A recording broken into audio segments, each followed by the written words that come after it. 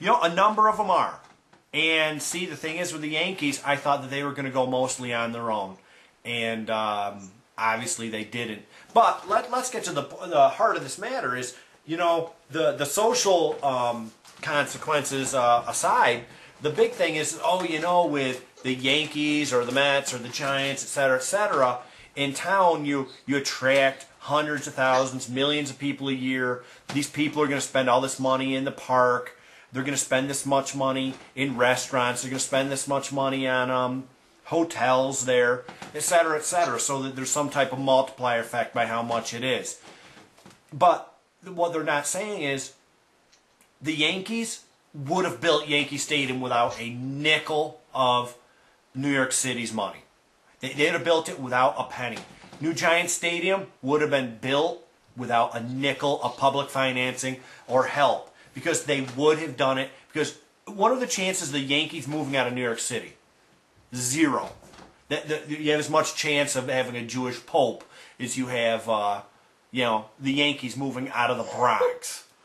You know, so they should have said, no, we're giving you zero. We're going to give you zero. And they'd say, okay, we're going to build it anyways. Now, so New Yankee Stadium, they didn't, you know, it didn't really clobber the people. But you go to other places like Pittsburgh. You know, Pittsburgh is a dead town. You know, there's no money there. I mean, you know, I've read up on it a little because I know people there, that it's, you know, recovering, but it's still a tiny little city without much going for it. And they have Heinz Field that they spent an absolute fortune on. And they're like, oh, but we need all this extra money to have a winning season. I mean, the Steelers, where do they play? I don't even know the name of their stadium. But the Pittsburgh Pirates, they still haven't had a winning season in a decade or 20 years. So it hasn't helped them. I was watching the Atlanta Thrashers last night playing the Montreal Canadiens. Now, the Canadiens play up in Montreal. They've been sold out for like 20 years straight. We're watching the Canadiens, one of the biggest draws in all of hockey, if not the biggest draw in all of hockey, regardless if they're good, bad, or indifferent. The stadium was half full. Atlanta. Bill, it's sort of like you and your Nashville Predators. I mean, why would you build a hockey stadium with public financing in Nashville? I mean, do they sell out? Today, a year ago, the owners of the Predators threatened to pull out of Nashville. So what they did is the city of Nashville underwrites every game. Oh my God. Let me explain. By underwrite, I mean if they don't sell out the game, the city of Nashville buys all the tickets and weren't sold. If they don't make X amount of dollars on concessions, the city of Nashville pays for the loss of revenue on concessions. Holy moly. It's like a welfare thing with no welfare recipients. And they did it because they seem to be so worried that the Predators are going to leave Nashville because the attendance was so low. Oh. And so the city ponied up all this money to get them to stay. I mean, it's a blasphemous thing. Kathy, did that warm the cockles of your heart or what? You should have seen the face I was making. I'll dub it in. Yeah. I think we're all in agreement on this one. It's just like a lot of tax breaks. There's one thing about getting tax breaks, but when someone's already going to locate there, there's no reason to give them a tax break. Well, you know what? I got to talk about that for just a second, John. Saturn was here in Tennessee, Columbia, Tennessee. Made all the Saturn plans. Well, the Saturn line has dropped off, but then they were building SUVs and this new crossover for General Motors. Under the Obama stimulus plan, they're now moving that crossover. They're shutting down all the factories in Tennessee, which are less than 15 years old, moving them back to Cleveland, Ohio, because the state of Cleveland is using $200 million worth of TARP or recovery money to open the plant in Cleveland that lost all the employees. Well, they aren't creating a job at all. They're creating a job in Cleveland. They've laid off all the people in Tennessee because the state of Tennessee didn't have $200 million in TARP funds to pay General Motors to keep them here. Well, Bill, you know, they say if you, go on, Kath.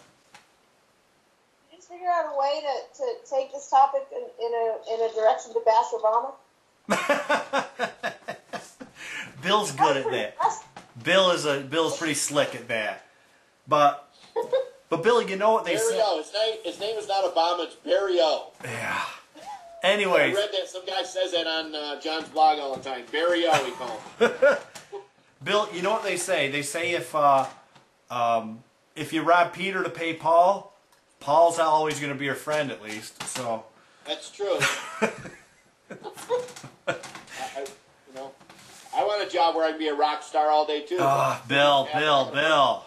Rock star.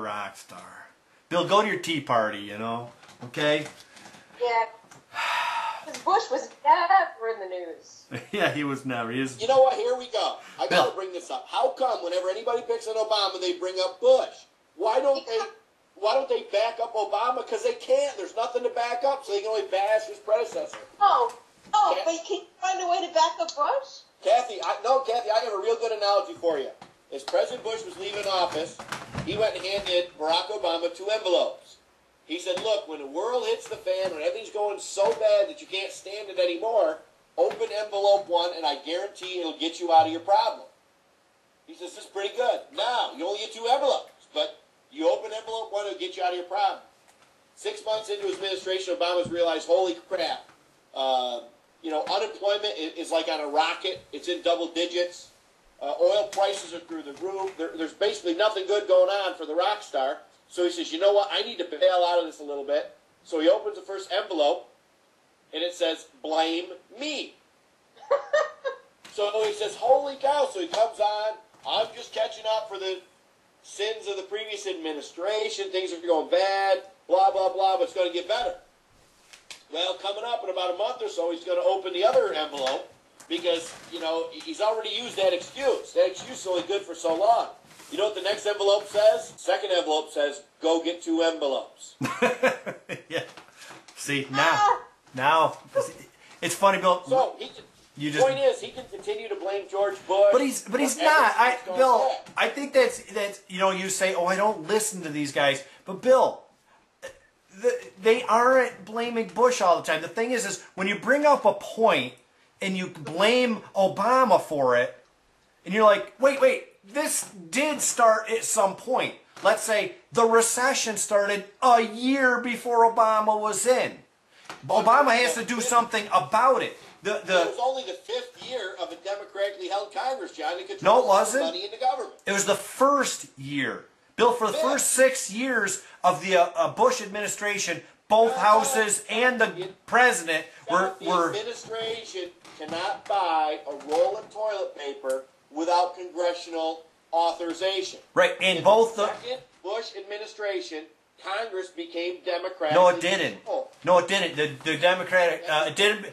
The House of Representatives didn't become Democratic until 2006. So from 2000 to 2006, both houses Republican.